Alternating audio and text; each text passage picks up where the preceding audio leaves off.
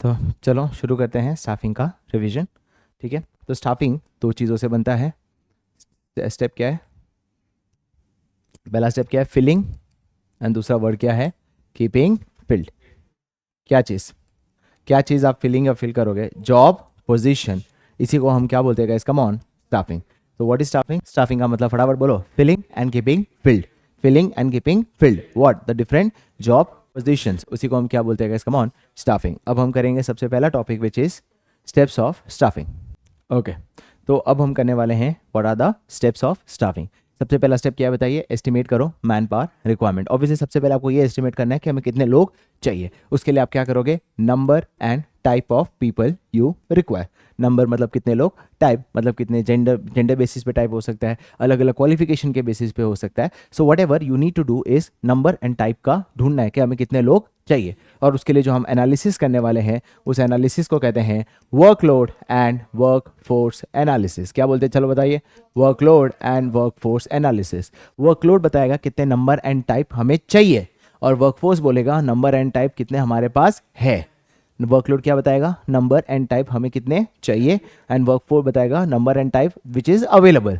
या तो इससे हमें ये पता चलेगा कि या तो हम अंडर स्टाफ है, सेकेंड है ओवर स्टाफ है, या तो तीसरा हम या तो ऑप्टिमम है। अगर हम अंडर स्टाफ है मतलब हमें लोग कम है जितने चाहिए उससे, तो अगला स्टेप शुरू हो जाएगा विच इज रिक्रूटमेंट। कौन सा अगला स्टेप? Recruitment, right. पर अगर हम ओवर स्टाफ है मतलब ज़्यादा है, तो फिर हम या तो उनको बोलेंगे कि भाई आप दूसरे डिपार्टमेंट में ट्रांसफर हो जाओ, अगर वो चीज़ पॉसिबल नहीं है तो उनको बोलेंगे निकल जाओ। एंड तीसरा ऑप्टिमम है, तो यहाँ से आपका स्टेप्स खत्म हो जाता है, अगला स्टेप शुरू हो जाता है। और अगला स्टेप क्या बताइए? रिक्रूटमेंट। रिक्रूटमेंट के दो शब्द भूलना मत, सर्चिंग एंड स्टिमुलेटिंग। पहला शब्द क्या है? सर्चिंग। दूसरा शब्द क्या है? स्टिमुलेटिंग। फिर से, रिक्रूटमेंट मतलब सर्चिंग एंड स्टिमुलेटिंग। ढूंढो और खींचो, ढूंढो और खींचो। किसको? अलग अलग एप्लीकेंट्स को, कि आइए और हमारे जॉब के लिए अप्लाई करिए। क्या चीज क्लियर? रिक्रूटमेंट मतलब क्या है? Searching and stimulating. रिक्रूटमेंट दो तरीके से होता है, एक होता है इंटरनल और दूसरा होता है एक्सटर्नल। इंटरनल जो होता है, इंटरनल सोर्स से दो चीजें होती है, या तो ट्रांसफर या तो प्रमोशन। एक्सटर्नल मतलब आप बाहर से हायर कर रहे हो। क्या चीज़ क्लियर हुआ? चलिए, आपने रिक्रूटमेंट कर लिया, मतलब लोगों को बोल दिया कि आइए आप जॉब के लिए अप्लाई करिए। अब हमारी क्या आती है? सिलेक्शन। सिलेक्शन मतलब एक शब्द, क्या है वो एक शब्द? चूजिंग। क्या है वो शब्द? Choosing. Choosing the most appropriate candidate to apply for the job. Choose करना सबसे अप्रोप्रिएट कैंडिडेट कि वो हमारे जॉब के लिए अप्लाई करें। याद रखना, प्रोसेस कैसा होना चाहिए? रिगरस। प्रोसेस कैसा होना चाहिए? रिगरस। रिगरस मतलब सबसे टफ। क्यों प्रोसेस टफ होना चाहिए? ताकि आपको बेस्ट कैंडिडेट मिले और उनका मोराल भी काफी क्या रहेगा? हाई रहेगा। क्या चीज क्लियर हुआ? याद रखना, selection is a negative process, recruitment is a positive process. क्या चीज क्लियर? चलिए, आपने एम्प्लॉय को ढूंढ लिया, अब एम्प्लॉय को बोलोगे कि आइए और आप हमारा जॉब पोजीशन फिलअप करिए। प्लेसमेंट का मतलब क्या होता है? जॉब पोजीशंस को फिलअप करना। प्लेसमेंट मतलब filling up the job positions. And दूसरा क्या है बताइए? ओरिएंटेशन। ओरिएंटेशन मतलब कंपनी के बारे में बताना। तीन चीजें यहाँ पे बताओगे। सबसे पहले कंपनी के बारे में बताओगे। क्या बताओगे? कंपनी क्या है, कंपनी का ऑब्जेक्टिव क्या है, कंपनी की पॉलिसीज क्या है, कंपनी के रूल्स क्या है, वो सब आप बताओगे। सेकंड, उनके जॉब के बारे में बताओगे, that is called job description. क्या आपका जॉब डिस्क्रिप्शन है, प्लस आपको यह बताया जाएगा कि आपका सुपीरियर कौन है, प्लस आपका सबॉर्डिनेट कौन है। तो ये जब तीनों चीजें हम बताते हैं उसे बोलते हैं ओरिएंटेशन, या इसका दूसरा नाम क्या है guys? Come on, induction training. चलो, आपने कंपनी को इंडक्शन ट्रेनिंग दे दिया। अब नेक्स्ट स्टेप आ जाता है ट्रेनिंग एंड डेवलपमेंट। ट्रेनिंग का मतलब ये होता है कि हर एम्प्लॉय चाहता है कि वो टॉप पोजीशन पे आए, और टॉप पोजीशन आने के लिए उसको क्या चाहिए? Required skills. और वो स्किल्स कौन प्रोवाइड करेगा? कौन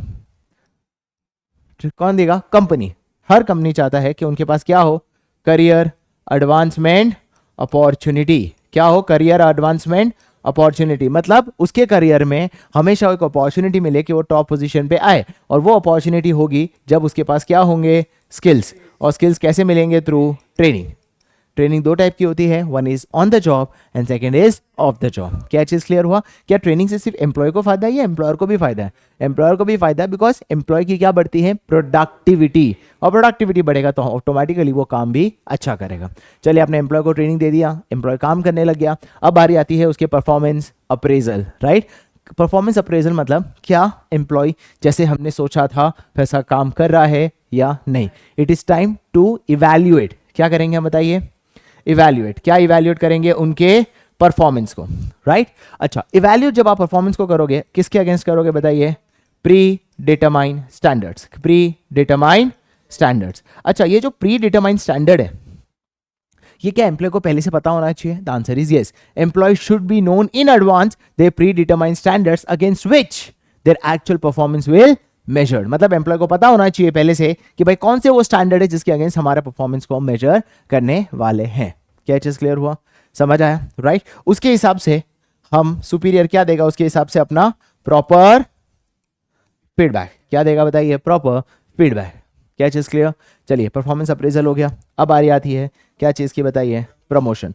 इट इज वेरी इंपॉर्टेंट, हर एम्प्लॉय चाहता है कि वो टॉप पोजीशन पे आए,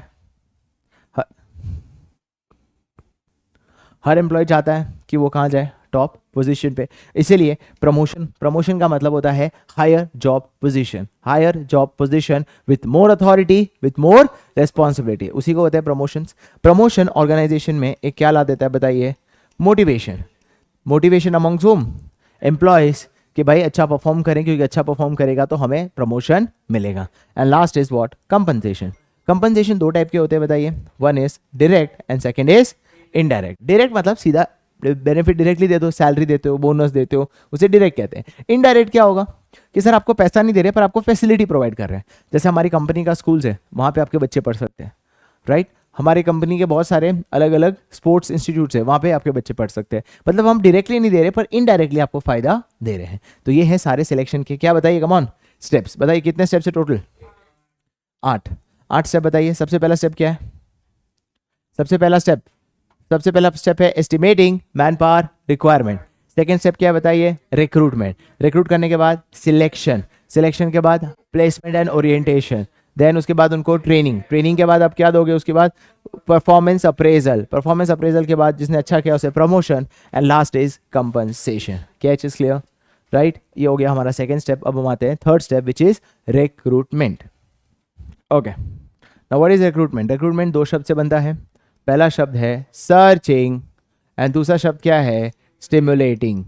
सर्चिंग एंड स्टिमुलेटिंग मतलब ढूंढो और उन्हें स्टिमुलेट करो कि प्लीज आइए और हमारे जॉब के लिए अप्लाई करें। इज दैट क्लियर, इसी को क्या बोलते हैं, रिक्रूटमेंट। रिक्रूटमेंट कितने टाइप के होते हैं बताइए, दो टाइप के, पहला है इंटरनल सोर्स और दूसरा है एक्सटर्नल सोर्स। सबसे पहले बात करते हैं इंटरनल सोर्स की, तो इंटरनल सोर्स में भी दो है, वन इज ट्रांसफर, दूसरा है प्रमोशन। वन इज ट्रांसफर, दूसरा है promotion. What is transfer, transfer मतलब एक डिपार्टमेंट से दूसरे डिपार्टमेंट, एक ब्रांच से दूसरे ब्रांच, एक यूनिट से दूसरे unit, without substantial change in authority and responsibility. मतलब पावर, काम, पैसा बड़ा चेंज नहीं है, खाली एक डिपार्टमेंट से दूसरे डिपार्टमेंट आप किसी बंदे को शिफ्ट करते हो, उसी को हम क्या बोलते हैं, transfer. What is promotion, promotion मतलब higher job position with more authority, with more responsibility, with more power, उसी को हम क्या बोलते हैं गाइस, कम ऑन, प्रमोशन। क्या चीज क्लियर हुआ, कैन आई से transfer is a horizontal movement and promotion क्या होता है बताइए, वर्टिकल मूवमेंट। हमें ट्रांसफर कब करना चाहिए, ट्रांसफर हमें तब करना चाहिए अगर हमें जॉब फिलअप करना हो फ्रॉम ओवर स्टाफ टू, मतलब किसी ब्रांच में ज्यादा लो, किसी ब्रांच में कम लो, ट्रांसफर एक बढ़िया टूल है। या दूसरा, जब हमें एम्प्लॉय को क्या देनी हो, ट्रेनिंग। क्यों, फॉर एग्जांपल बैंक में होता है अलग अलग स्किल्स चाहिए, तो पहले उसको कैशियर बना दिया, फिर लोन डिपार्टमेंट हैंडल कर लिया, फिर डिपॉजिट वाला हैंडल कर लिया, फिर लॉकर फैसिलिटी, मतलब हर चीज का उसको काम सिखाना हो तो ट्रांसफर एक अच्छा टूल है। प्रमोशन कब हो बताइए, जब ऑर्गेनाइजेशन में हमें क्या लाना हो, अगर मोटिवेशन चाहिए। क्यों, क्योंकि promotion at higher level, promotion at high level leads to chain of promotion at lower level. अगर ऊपर प्रमोशन होगा तो धीरे धीरे नीचे भी आपके सारे प्रमोशंस हो जाते हैं, इसलिए कहते हैं promotion at high level leads to promotion at lower level and it brings what, motivation amongst the employ कि वो अच्छा परफॉर्म करे। क्या चीज क्लियर हुआ, ये हुआ ट्रांसफर और प्रमोशन का डिफरेंस। अब हम कहते हैं कि सर इंटरनल सोर्स के क्या फायदे हैं और क्या नुकसान है, what are the merits and what are the demerits. सबसे पहला मेरिट्स देखो, पहला मेरिट्स हम प्रमोशन का लेंगे, दूसरे दो मेरिट हम ट्रांसफर का लेंगे, बाकी दो हम किसके लेंगे, इंटरनल सोर्स, क्योंकि पहला फायदा क्या यहीं से मिल गया, पहला फायदा क्या, it brings what, motivation amongst the employees to perform better, because promotion at higher level leads to chain of promotion at lower levels, so automatically employee का मोरल हाई रहेगा कि वो अच्छा परफॉर्म करे। दो कहां से पॉइंट उठाएंगे बताइए, ट्रेनिंग के, it helps in filling your job from over staff to, and तीसरा कौन सा, it act as a tool of training. तो ये 3 पॉइंट तो हमने ऑलरेडी डिस्कस कर लिए। दो और क्या है, इंटरनल सोर्स को एक्सटर्नल से कंपेयर करो तो internal source is cheaper and less time consuming, right. And दूसरा,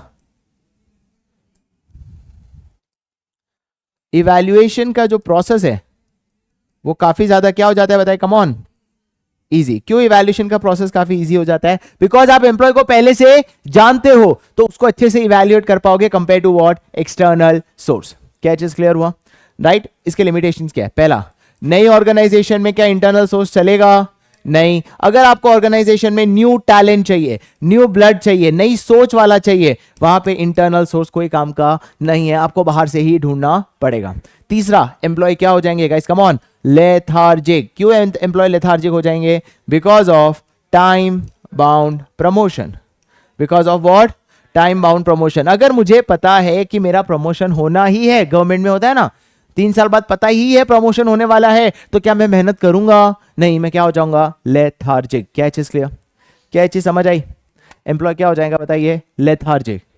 is that clear. Next, it have spirit of competition क्या हो जाएगा, हैम्पर। क्यों स्पिरिट ऑफ कंपटीशन हैम्पर हो जाएगा, जब पता है कि हमारा प्रमोशन होगा ही तो क्यों कंपीट करूं, क्यों मेहनत करूं। मार्केट में कंपटीशन क्या हो जाएगा, ऑर्गेनाइजेशन में खत्म। और अगर फ्रीक्वेंट ट्रांसफर होगा तो आपकी बार बार क्या प्रोडक्टिविटी खराब हो जाएगी, क्योंकि आपको नई जगह जाना है, सेटल होने में टाइम लगता है, फिर से आप ट्रांसफर कर रहे हो तो प्रोडक्टिविटी उससे क्या हो जाएगी, हैम्पर।